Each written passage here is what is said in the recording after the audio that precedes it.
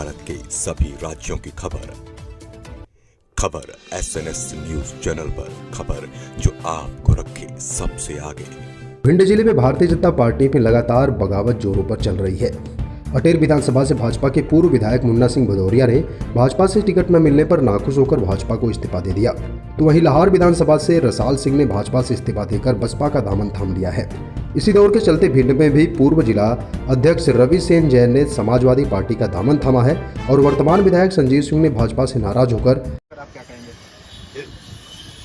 सैनिक और medical college तो हमको निश्चित रूप से ये हमारे मुद्दे में है। अभी हमने एक बैनर भी लगाया था कुछ दिन पहले, उसमें भी हमने सैनिक कॉलेज और मेडिकल कॉलेज को प्राथमिकता देते हुए मांग की थी सरकार से कि आप हमारी जो आपने कोई घोषणा है हमको नहीं चाहिए। हमें देखिए, भारतीय जनता पार्टी में जब उनकी सरकार बनी तो क्षेत्र के विकास को देखते हुए और उन नेताओं के आग्रह पर, उनके कहने पर, उनके विश्वास पर मुझे लगा कि इनकी बातों पर विश्वास किया जा सकता है और क्षेत्र के विकास को प्राथमिकता पर रखते हुए उन्होंने कहा कि आप हमारी पार्टी के चेहरा हैं, आपको चुनाव लड़ना है तो पार्टी ज्वाइन कर लीजिए।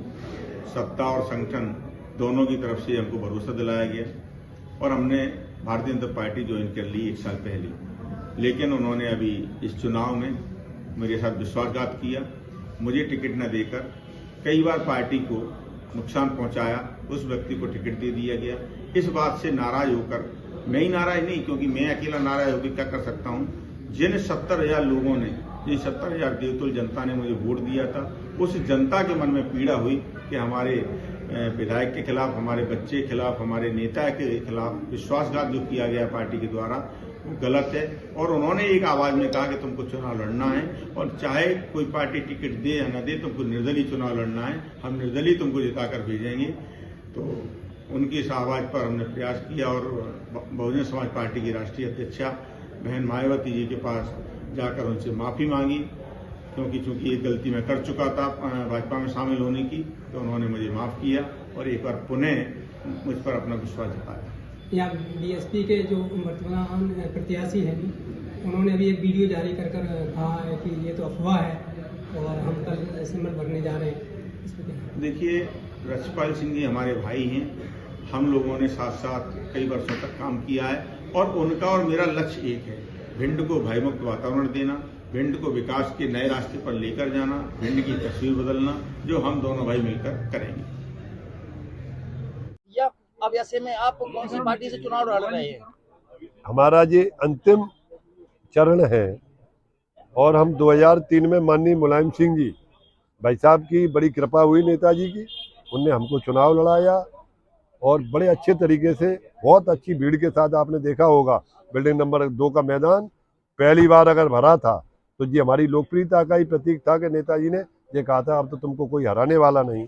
परंतु कुछ हमारे नेतागण ऐसे थे जिन्होंने हमारे समाज के करीब 9,000 वोटों को वोटर लिस्ट से ही गायब किया था। इसके कारण 2003 में हमको हार का मुंह जरूर देखना पड़ा था, परंतु हमने लोकप्रियता नहीं खोई और आज हम फिर समाजवादी पार्टी में अपने उसी परिवार में शामिल हैं।